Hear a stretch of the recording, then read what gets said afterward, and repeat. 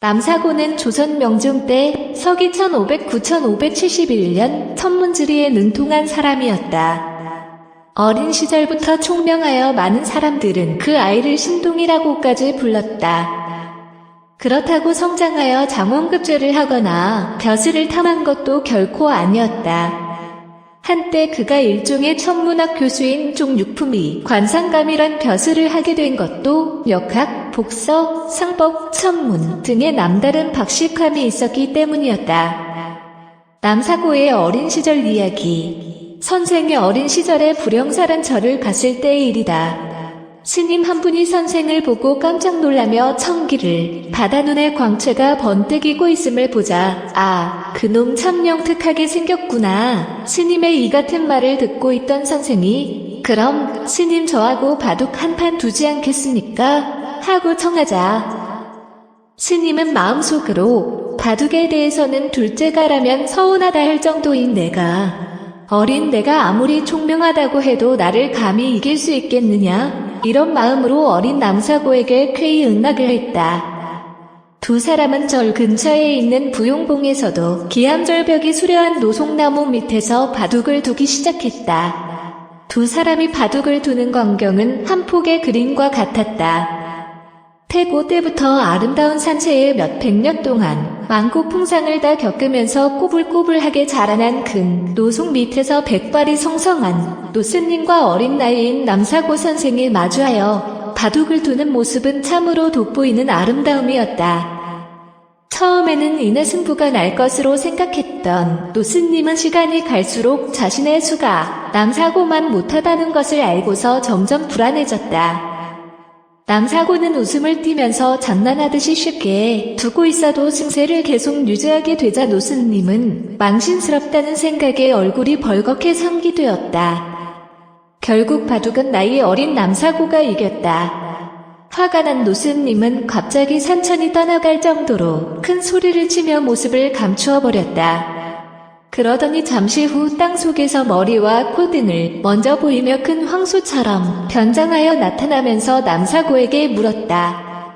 내가 이렇게 나타나도 무섭지 않느냐? 고 하자 남사고는 태연한 모습으로 뭐가 무섭습니까? 본래 모습은 스님이었는데요. 하고 대답했다. 노스님은 자신이 어린 남사고와 힘을 겨루는 못난이였음을 깨닫고 후회했다. 그 후 노스님은 남사고가 비범한 인물임을 알고 자신이 사부로부터 전수를 받은 천문지리에 관한 각종 비록을 남사고에게 전해주었다. 남사고의 명당 이야기. 천하의 유명한 남사고가 세상미를 정확하게 예언했다 하지만 자신의 어머니 묘 하나도 제대로 명당에 묻지 못했다고 한다. 전설에 의하면 어머니가 돌아가시자 명당을 구해 장사 지냈는데 다음에 와서 보니 명당이 아니었다. 다시 명당을 구해 이장하고 다음에 와보면 역시 명당이 아니었다. 이러기를 9차례나 반복하였다.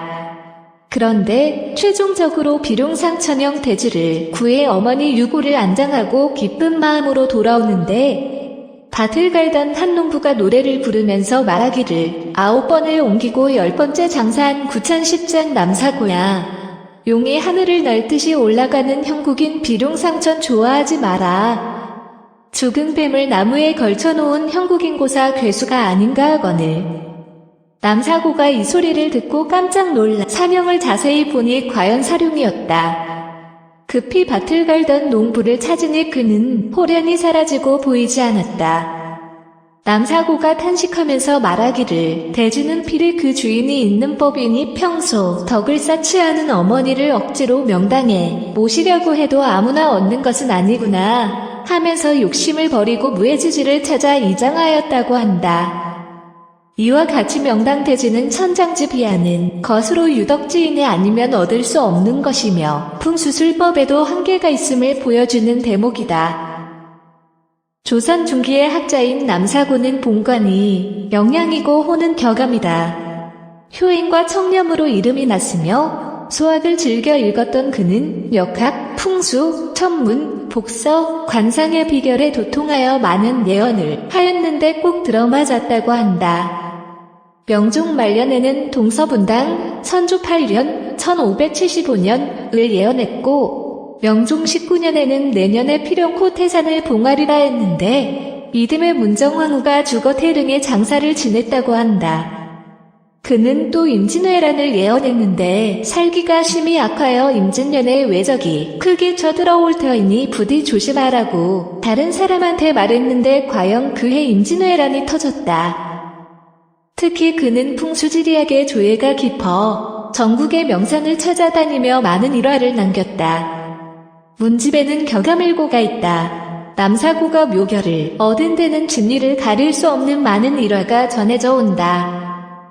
그가 어린 시절 서당에 다닐 때 이유 없이 자꾸 야위어갔다. 이를 이상하게 여긴 훈장이 까닭을 물어보니 서당에 올 때마다 여우목 고개의 예쁜 여자가 나타나 입맞춤을 하자면서 자신을 희롱한다고 하였다. 그런데 그 묘령의 여자는 입맞춤을 할 때마다 입속에 구슬을 가지고 논다고 하였다. 훈장은 여우가 여자로 둔갑한 것임을 알고 다시 입맞춤을 할 때 여자 입속의 구슬을 빼앗아 삼키고 도망치라고 일러주었다. 다음날 서당에 오는데 또 예쁜 여자가 입맞춤을 하자면서 따라오자 남사고는 스승이 시킨 대로 얼른 여자의 입속에 있는 구슬을 삼키고 도망치기 시작했다.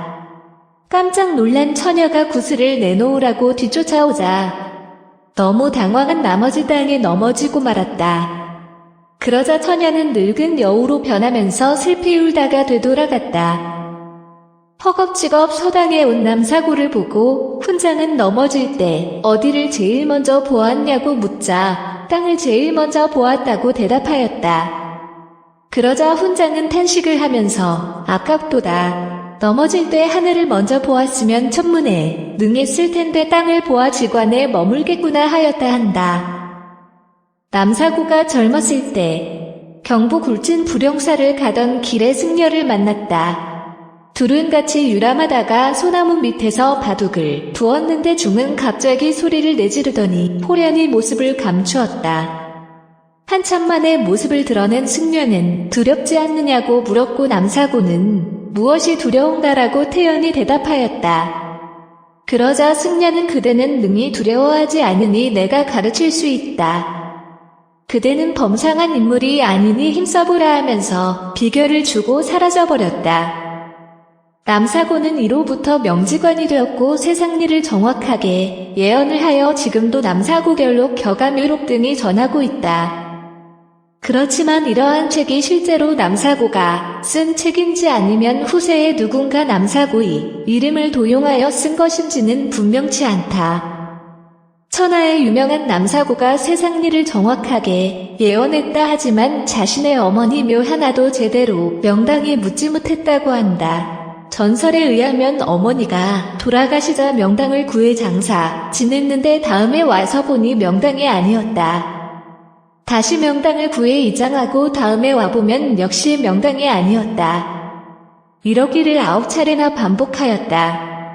그런데 최종적으로 비룡상천형 대지를 구해 어머니 유고를 안장하고 기쁜 마음으로 돌아오는데 밭을 갈던 한 농부가 노래를 부르면서 말하기를 9번을 옮기고 10번째 장사한 구찬십장 남사고야. 용이 하늘을 날듯이 올라가는 형국인 비룡상천 좋아하지 마라.